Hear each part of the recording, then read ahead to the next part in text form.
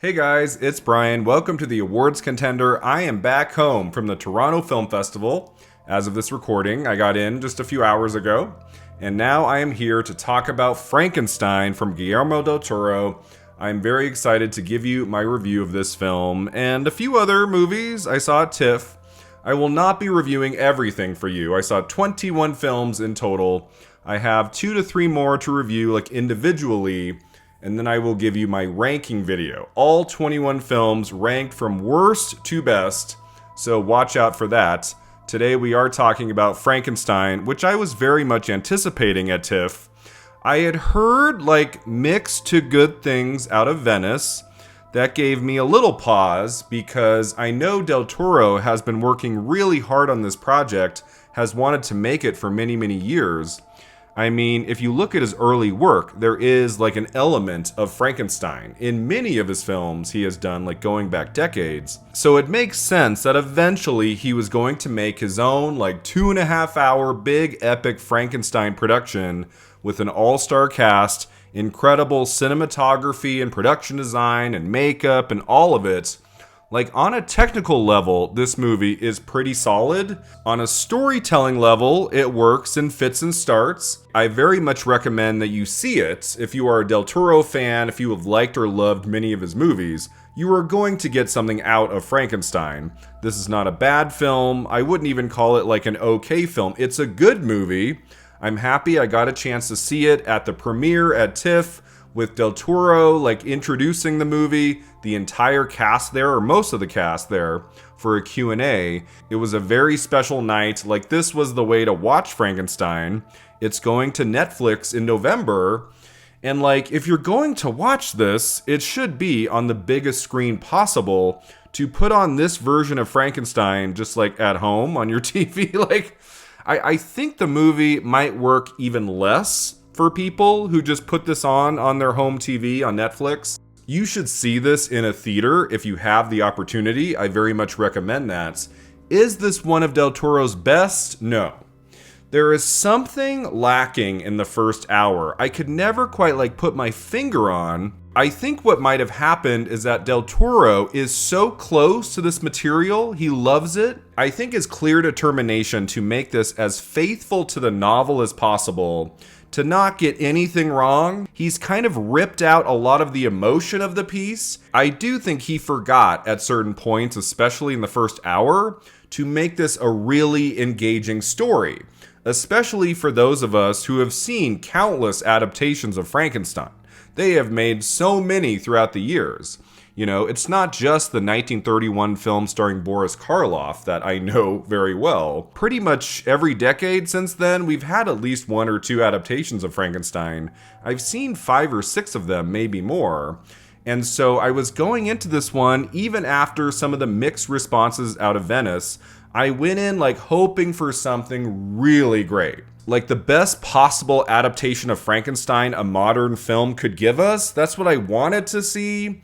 And I mean, I have to be honest, guys, there were moments in that first hour where I was sitting in my seat, I was recognizing the beauty of the production and so many things that were working well, but I was it was it kind of lumbers along for a bit, and I mean, it gives you a lot of scenes that you don't see in the Karloff film from 31.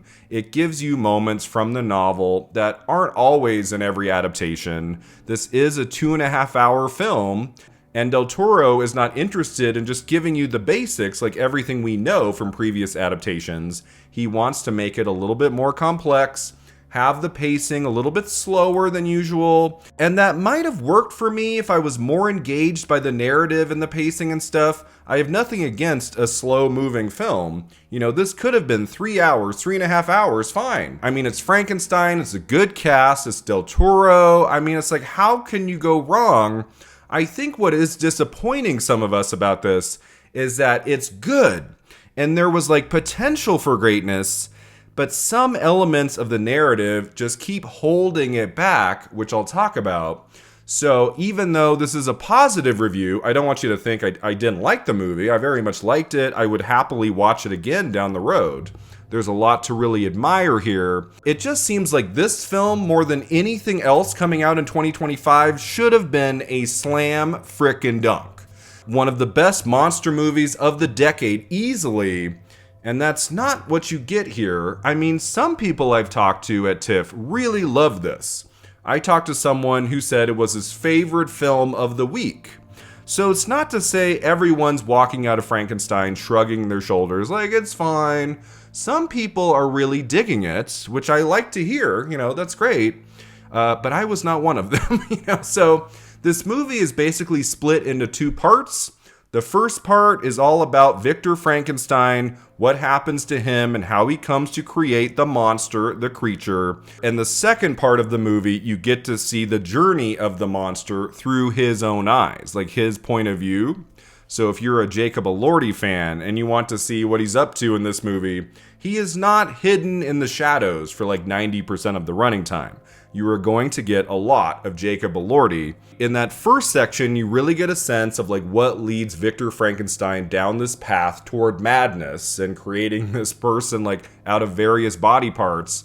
And you get a sense of like of his romantic life. Mia Goth plays a character who he kind of falls for, but he isn't quite sure if she's the person for him. And then he meets this man played by Christoph Waltz, who really like gets him over the finish line, finding a practical way to create his monster, bring all of his obsessions, his interests to life. Victor is not super well respected in the community. There's this really great moment where he shows off in like this courtroom, like this big room of all of these important people, like his prototype of what he wants to accomplish. There are some very compelling moments in the first hour. I don't want you to think it's just a total slog or anything. Part of me liked that we take the time to learn more about Victor Frankenstein than most of the adaptations really go into. A lot of audience members with a film like this, they're waiting for the monster reveal.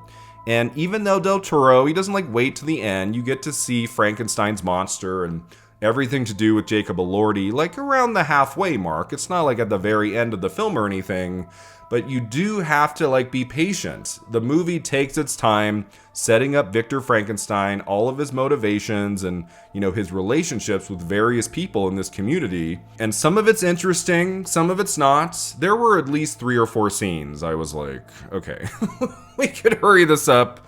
I think about 2 hours, maybe 2 hours 10 would have been better. I just don't think all of those early scenes were necessary. I mean, some of it is awkwardly acted, and I do think this movie is a little miscast. Oscar Isaac is fine as Victor Frankenstein. I admire that actor and his work, and he's often very good. There was something to his portrayal in this I never fully gave myself over to. He does a good job. He does what the role requires him to do, but he never quite has the madness I think you're looking for. Part of it is some of those moments where there's lightning and thunder and rain and it gets really crazy. Your eyes are more pointed to the visual effects and the production design, the cinematography, more than the Oscar Isaac performance. Sometimes he gets a little lost in all of the bells and whistles of these big, intense moments. He does get lost at times. So, I don't know. There was something there. I liked him in this, but I didn't love him.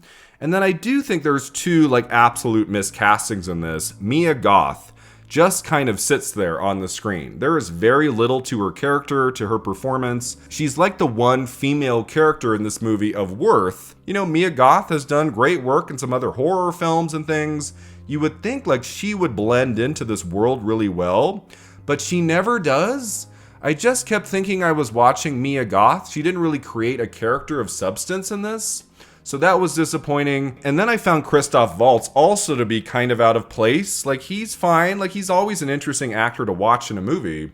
But there was something about his performance that felt a little bit hammy. He kind of overdoes it. He sticks out in this cast like a sore thumb at times. And he's not in a ton of the movie. I just was this should be a different actor. He doesn't seem like the right person for this role. So there was a casting issue at times in this film that would take me out of it. The very slow pacing to especially the first 40 to 45 minutes.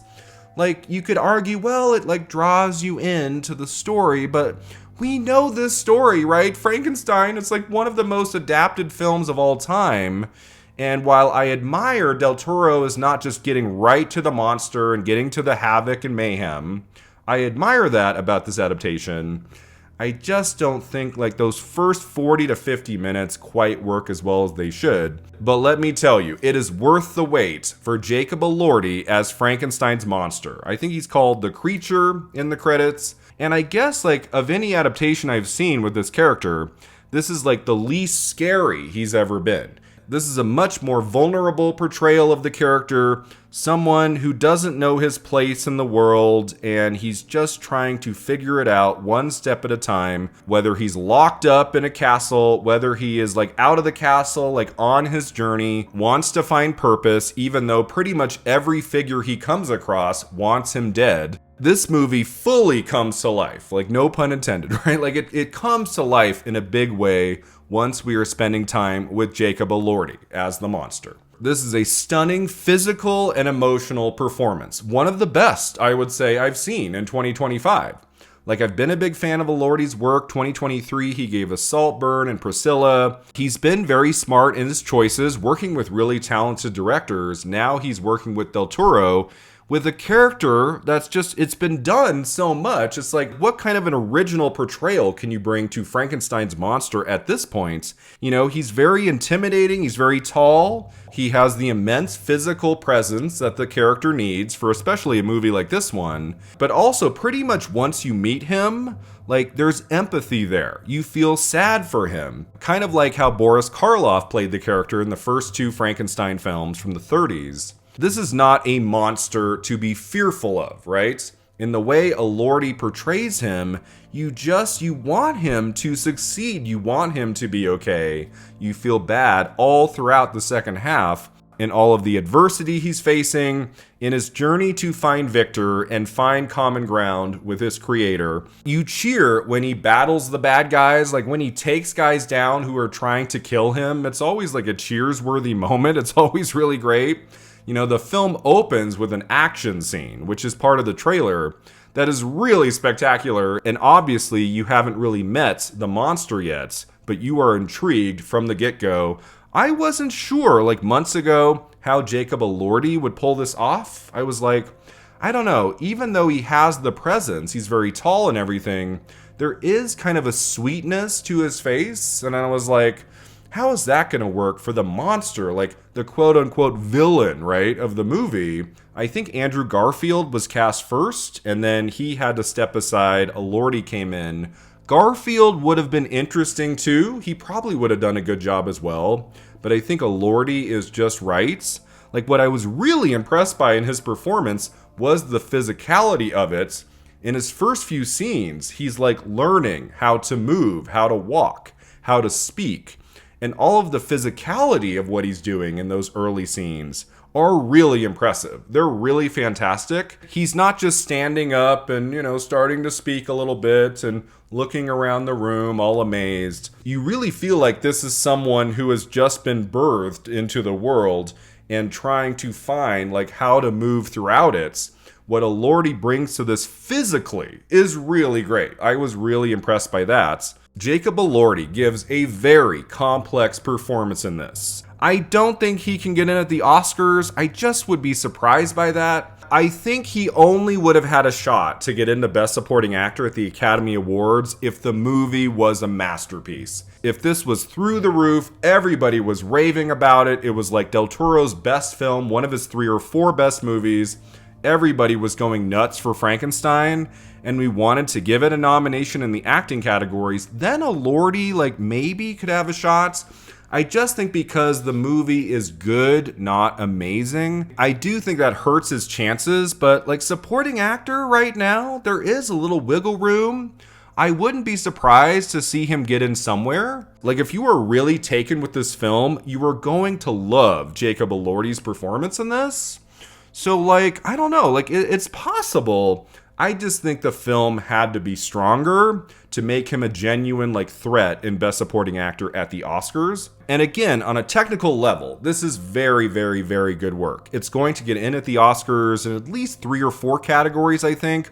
Cinematography is on the table, definitely makeup. This might win makeup. Can it get into picture, director, acting, screenplay? Like, I don't think so right now. I think if like one could happen, it would be a Lordy. Like maybe adapted screenplay, like this is a very famous book. So maybe screenplay. I would be shocked right now if it got into picture or director. I don't think that's happening. Now, I do have to say, there's one thing about the cinematography in this movie I didn't love so much. Del Toro said recently, I read a quote where he said he tried to do as little CGI in this movie as possible. So that excited me about this. I was like, oh, this is going to be cool. Most of it will be practical effects. Great. So I have to be honest, I was a little confused at the CGI wolves in this movie. I understand it can't be real animals in those scenes. Like there's carnage, there's blood.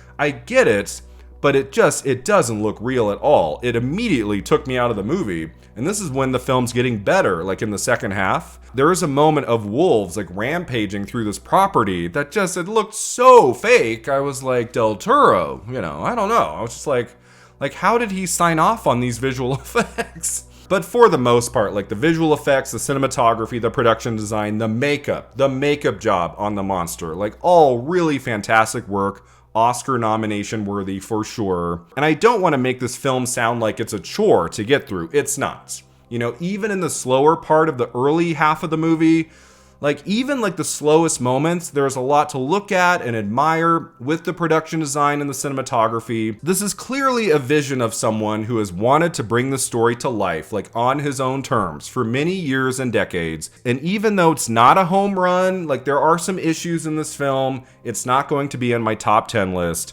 It is still very much a movie to enjoy on a crafts level, on a performance level, on a narrative level, especially in the second half. This movie gets better as it goes along. And that's not the case with a lot of films. A lot of movies start strong and then they kind of fade in the second half. That's not the case with Frankenstein. It does get better, especially when you're spending lots more time with Jacob Elordi in the second half. I was like, oh, I was all in. Most of that stuff works really well. So, I guess you could say I'm mixed on it. Maybe my rating is a touch too high because I feel like a lot of this review has been negative. I just went in with such high expectations, and I still feel like this movie should have been freaking amazing. And for it to just be good, that did disappoint me a little bit, to be honest. It's not one of Del Toro's best, it's not The Shape of Water or The Devil's Backbone or Pan's Labyrinth. It is not in that group.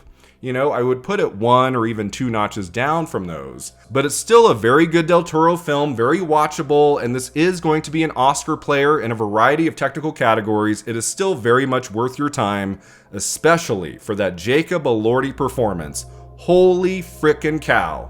I give Frankenstein a 7 out of 10.